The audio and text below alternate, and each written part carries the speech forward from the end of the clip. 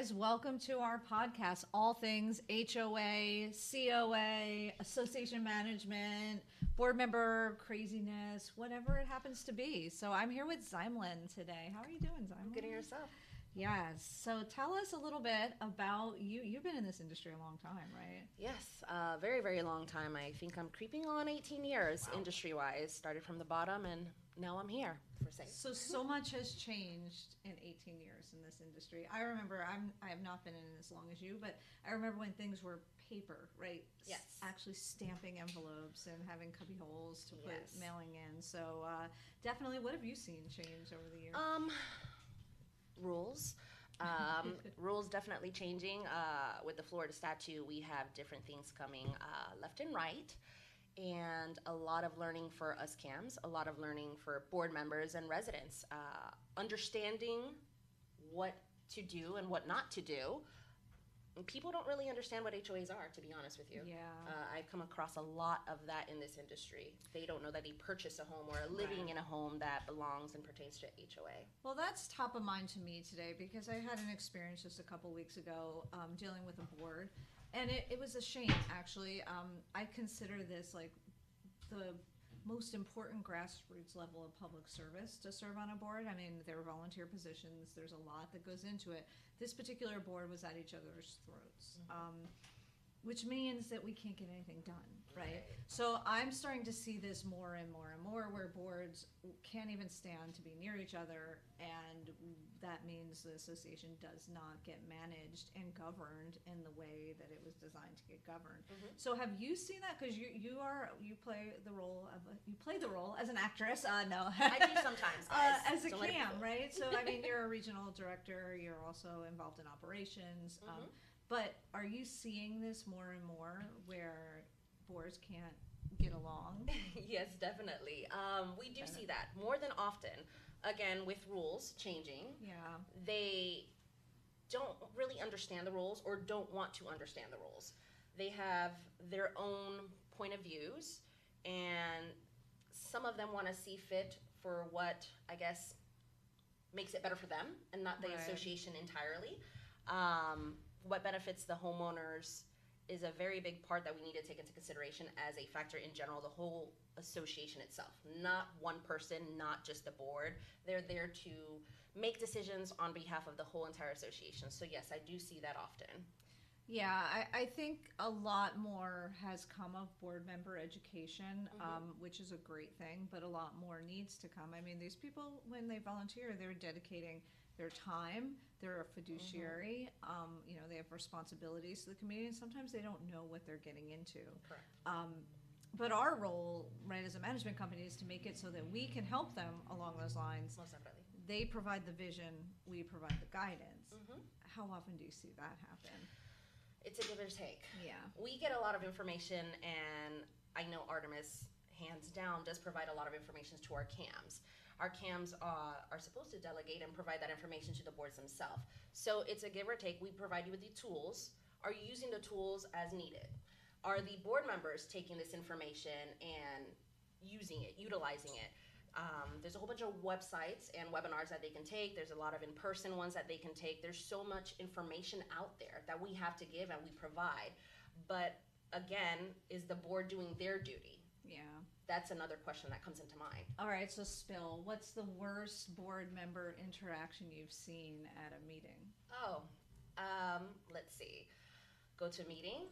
This particular association, we did need to have sheriff's officers there every single meeting because it gets physical. And by physical, not necessarily a fight, but touching, pointing, and just poking the bear. So we've had to have a board member removed physically, not physically, but removed out of the association meetings because he was getting very, very physical with other board members and other residents. That's pretty much one of the big ones that I've had.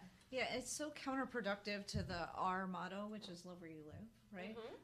But it's also hard, I think, because these are their homes. This is where they live. They're passionate. They want their opinion to be heard and get across, but they just turn sometimes to violence or say things that they probably wouldn't have said in another context, you know. So it's, for us, it's really hard, and it's a real passion of mine is to try to do boardsmanship, try to really mediate, you know, between the members so that they realize that they're trying to work together, as you said, for the community, not coming in with an agenda. Right? Correct. Yeah, so we see all types, right? So you see the ones that have the personal agenda. Definitely. I got a violation, I'm coming in, and I'm going to take care of That's that. right. It's harassment at that point. You see the true public servants, right, who really just want to do good for the community as well. You see the volunteers who come in and don't realize how much time it is, and they're like more absentee volunteers. And then more and more you see people who don't really realize what they got themselves into, and are like, oh boy. So let's talk about that. I mean, we have been faced more and more with communities who don't have enough volunteers. Yes. So what's the answer there?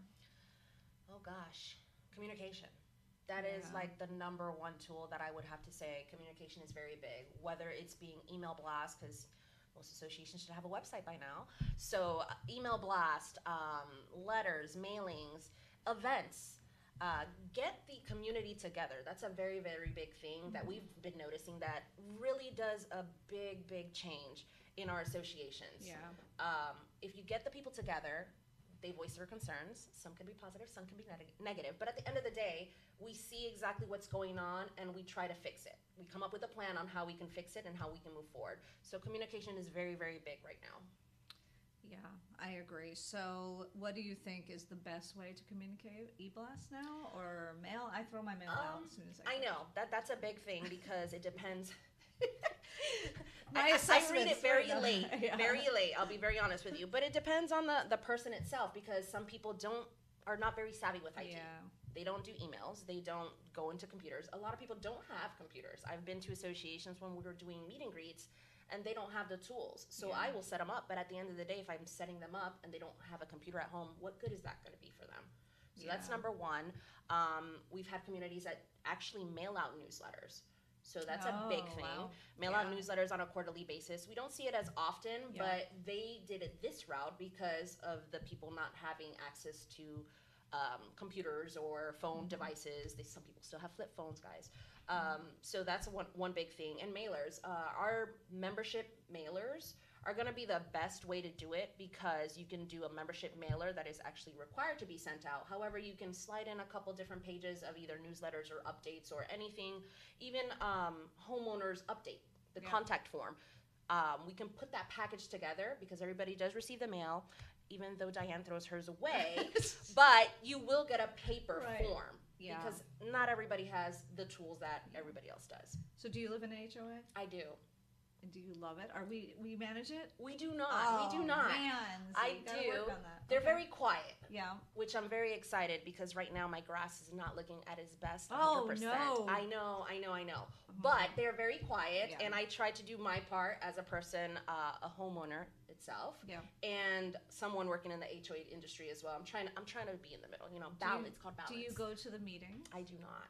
They only have one a year, which is actually their budget and annual. Yeah, mine too. I live in a very low-key HOA. We're self-managed, but I do not go to the meetings for the same reason. I don't want to stir up anything. And if people start asking me questions, I will have my opinions, but I would probably sit in the back and just keep my opinion to myself and just know exactly, just to get information of how it's running. Yeah. So.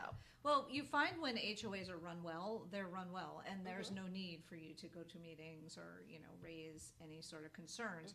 It's when you have this division, like I'm talking about, between the board or between the residents and the vision from the board is when people get really riled up, and that's when things start sliding downwards, right? So I think it's really important, and I try to tell boards when I get in front of them, it's not just your vision, like you said, it's the vision of the community. If you don't have people coming to your meetings, I think that's a good thing. Would you agree? Like, I do. That's great. I do. And I know they get concerned about complacency, but I think that's really a sign of we're happy and things are going well at the community. When people start showing up in the, 20s, 30s, 40s, 50s, right? That's when you start realizing that there is division amongst the community. So another thing that particular is weighing on me is like when you have a community and that is divided in what their vision is, right? And, you know, we sell Love Where You Live. That's different for everybody, right? Mm-hmm. It's different for you and me. And, you know, if it was an active adult community, it'd be very different too. But when you have a community that's divided, so let's say half retired, active adult focus, and then you have the other half young, family, fun, and you and I both worked on a community that was just like this. How do you try to balance that? Because the vision is different. And you know the community that I'm thinking of. It's very hard to do that, to be honest with you. Personally, I would like to do a survey, and it's probably going to come half-half. Right. But at the end of the day, you're not going to please everybody, but you're going to try to do what's best. Yep. So maybe a little bit for this portion, or half, Right. that wants something. Let's say a playground, when the elders don't want a playground, and the elders want a dog park. We can do half-half. And then budget accordingly. Yeah. But at the end of the day, you have to understand it's for the entire community. So we're not going to do it just for one small portion. We're going to do what benefits and what we see fit. But let's work and try to, I guess, please each division as best as possible.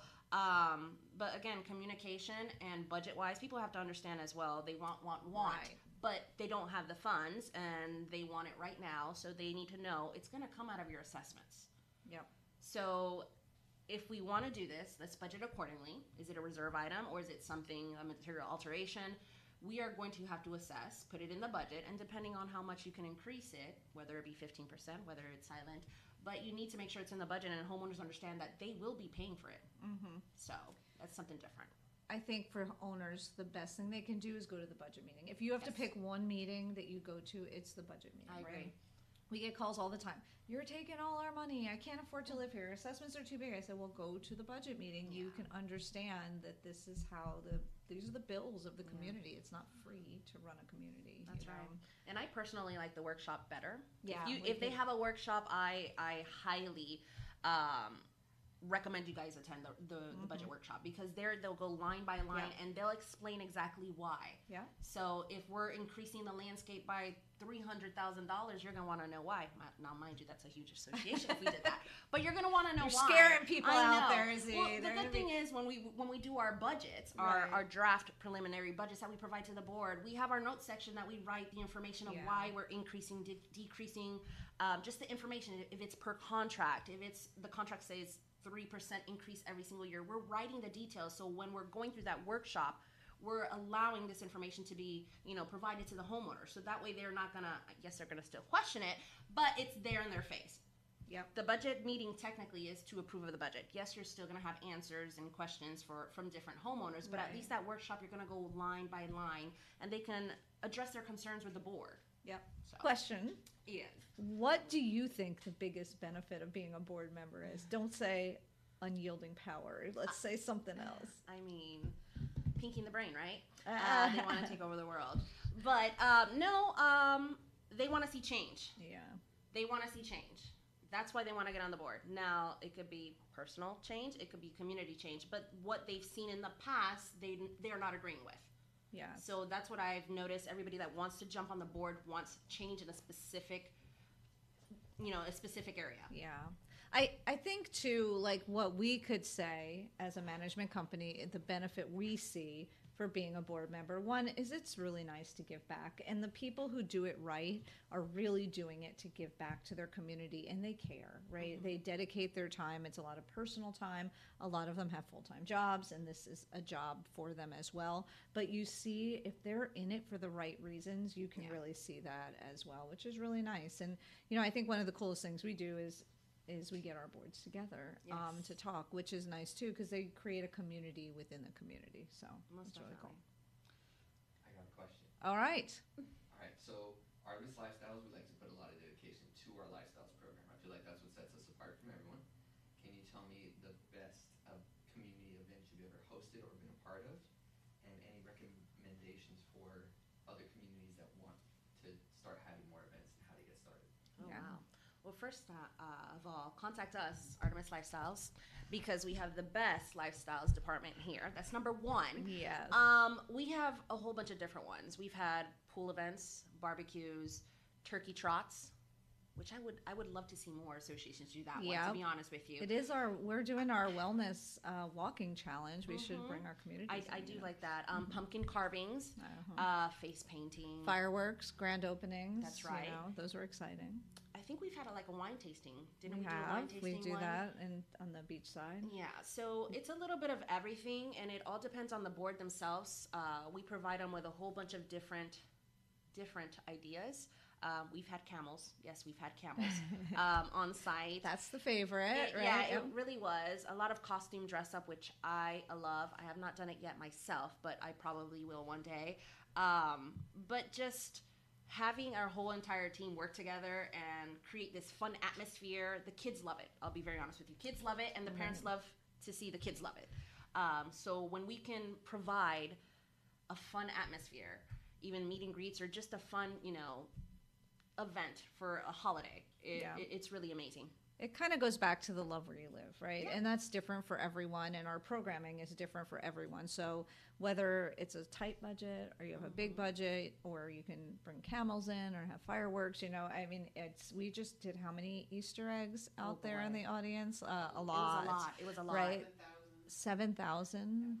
Wow. And that's just one community. Yes, at one community. So we've got the professional team, and that's really what, not to step up and do a pitch for you guys, but sets us apart, right, as a company. So do you have a question? What would you recommend, or what tips can you give board members if they want to start doing it? Start doing lifestyles? Start doing lifestyles and get more engagement out of their communities. Yeah, so to start doing lifestyles, definitely reach out to the professionals who do it. They have the context, the ideas. Not only that, they know what works and doesn't work. And it's not even what works and doesn't work. It's the type of community you have, and we know as Artemis what will be successful there. Because the last thing you want to do, right, is spend money out of the association budget and then have it be a flop. So that is one. Engagement is, I think you hit it, Z, right? Communication. And we do amazing flyers here. So communication, engagement, area-wise, what type of, people live in your community to see exactly what will attract more people to your events, and make sure you budget a little bit in your budget for the year, to be honest with you, because there's a lot of things that is available for us to utilize in your associations. It's up to you. The sky's the limit, to be honest with you. The sky's the limit. What do you want? Let's budget for it and then work baby steps. Maybe we can start off with a small event and you like it and a whole bunch of people come, and then we move on to the next one. And to bring it full circle, right, that helps with my whole topic of today was board division, right? Because if you're pulling people together and they're seeing the value of the community, you tend to be less frustrated with somebody you're breaking bread with, right? So I think that makes sense, especially in communities that are so at each other, that we kind of start trying to bring them together. And it may be small at first, but you keep trying, right? That's what you do. So go ahead. When you have the board members that are disagreeing, what are the most common disagreements that come up? And I know you mentioned budget, but that's usually homeowners, right? Not necessarily. No. Well, they do have a say. Homeowners do live, so they're going to be paying to their, a portion to their budget through their assessments. Approval of vendor services. That's a number one. Just they were a resident that just got on the board, and the old board, they perceived that they sent them violations and they didn't agree with that. So there's that personal, we talked about, that personal kind of situation. What else do they disagree with? Not spending money, period. Or lowering the assessments. Yes, not wanting to spend money, lowering the assessments because they don't find the need that the association needs to pay for so and so and so and so. However, when it's a deed restricted community, HOA, it literally says that the homeowners association is responsible for maintenance of a handful of items. So some board members don't take that into consideration. They're like, we're paying too much. Also not following the rules. And that happens a lot, where you have one board member who's very educated on the statute and also the governing docs. And then you have others who come in and just want to say, yeah, we'll hire this, we'll do that, and not understanding fully what needs to happen. And that really puts the whole board at risk, as well as the communities. So that's where you see a lot of concerns as well. But it's mostly money, right? I think it comes down I to think so. Money, services. I have quick questions for you. Okay, you ready? They're going to be rapid fire. Let's go. Your best HOA moment. Oh gosh, I can't even do one. Just seeing everybody happy, to be very honest with you. My meet and greets are very, very outgoing, happy when everybody gets along. Not very random that you find those. However, when everybody is happy of the changes that you're doing for the association, management wise, manager wise, staff wise, when they all come together to work as one. Worst HOA moment. Oh boy. Pick one. I don't know. The disagreements, the Yeah. arguing in the board meetings when people don't know exactly how to follow Robert's rules, and degrading people, harassment that has happened in multiple different meetings, and bringing firearms to meetings. That's another one as well. That's not a good one. Most embarrassing for you. Oh, I had a meeting outside. It was July. It was what are those love bug season, and I had my hair down and my nice makeup. I didn't know it was outside. However, the meeting lasted for a couple hours, and when I got home, I noticed that my hair was looking like the Lion King Mufasa, and my makeup was all running, and nobody told me anything. And I was swapping love bugs through the whole meeting, and I was kind of embarrassed because that was my first meeting for the association. Never again leave my hair down for outside meetings. I'll be very honest with you. I showed up to a meeting that was outside in the rain when it was like 30 degrees without a coat on, didn't know, and in Florida 30 degrees, that happens. So yeah, I can empathize. It happens, yes. All right, last thing. You have been a CAM for a long time, and we appreciate you and what you've done for the state of Florida and HOAs. What would you tell new people who are interested? It's not an easy job. It's a lot of research. You are learning on a daily basis. I would say if you start in the industry, go to as many meetings as possible. You're going to learn different forms of managing from different managers. I guess have your hands in a little bit of everything, only because information is key here, knowledge is key here. You learn so much. There's just so much information coming. So I literally research, read the meeting minutes, read the documents, understand your governing documents if you're managing communities, and what the rules are for the associations, because every association is different. Yep, true. Well, thanks, Z. I appreciate the time today. It was a lot of fun. Thank you. See you guys next time. Bye-bye.